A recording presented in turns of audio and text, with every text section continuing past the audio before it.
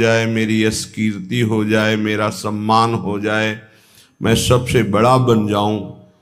एक माया का भ्रमात्मक जाल है जिसमें फंसकर तुम नाना प्रकार की योनियों को प्राप्त होगे, मुक्त नहीं हो पाओगे।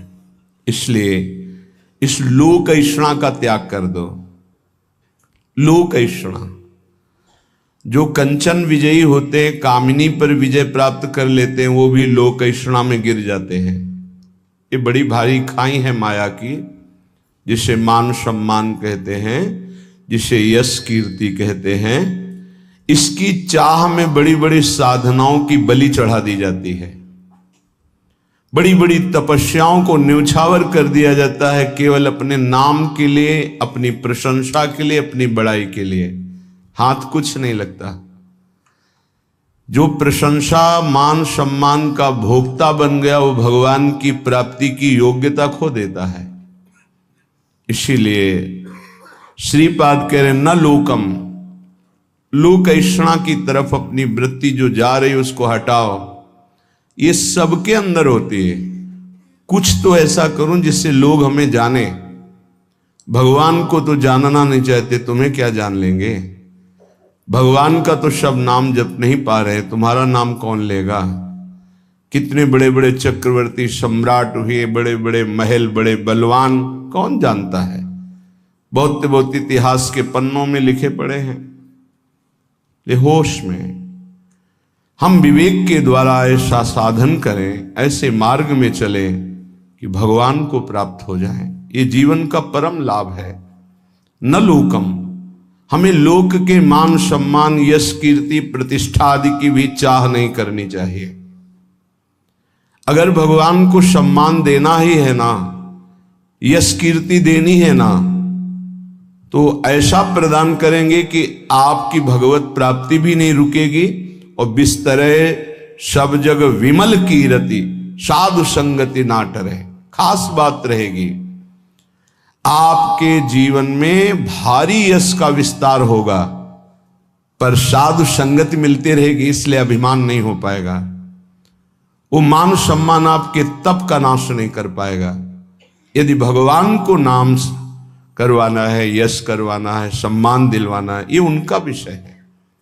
अपने तो दैन्य रहे, अपने तो सम्मानम कलयाति घोर गरलम नीचापमानम शुधा, सम्मान को विष समझें और नीच पुरुषों द्वारा किए हुए अपमान को अमृत समझें, तब राधा माधव में प्रीति होती है।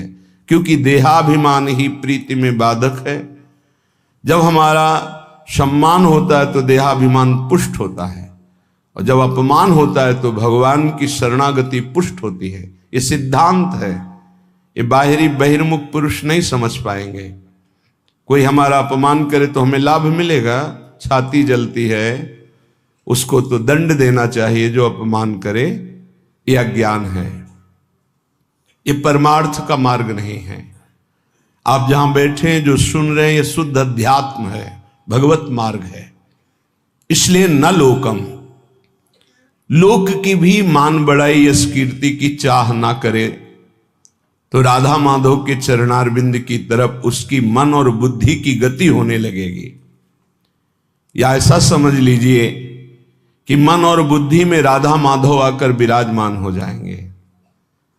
आप विचार कीजिए, जिन्होंने अपने एक संकल्प मात्र से अनंत ब्रह्मांडों की रचना कर दी, वो मायाधिपति, ऐश्वर्य, समग्र वैभव, ज्ञान समुद्र, वैराग्य समुद्र, प्रेम समुद्र भगवान हमें मिल जाएंगे, फिर हमारे लिए दुर्लभ क्या रह गया।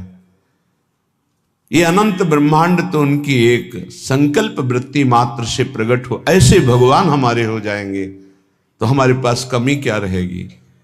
जाके राम धनी वाके कौन कमी।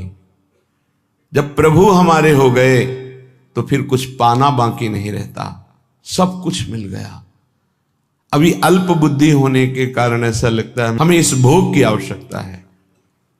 अगर लक्ष्मीपति भगवान स्वयं मिल जाए तो आवश्यकता ही खत्म हो जाएगी। स्थिति आ जाती, सकल कामनाहीन जे राम भगति रस लीन, कोई कामना ही नहीं रह जाती। आप कामनाओं में सुख ढूंढ रहे हैं और जबकि कामनाओं में सुख की आकांक्षा करके कर्म करते हुए दुख भोग रहे हैं, इसका मतलब सही मार्ग नहीं है।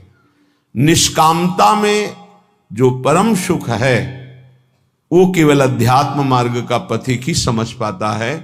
संसार मार्ग का पथिक तो सकामता में ही भटकता रहता है। आगे कह रहे, न धर्मम, जो धर्म देह से संबंध रखता है, लोक से संबंध रखता है, उसका जब हम पूर्णतया पालन करते हैं तो परम धर्म की प्राप्ति होती है। परम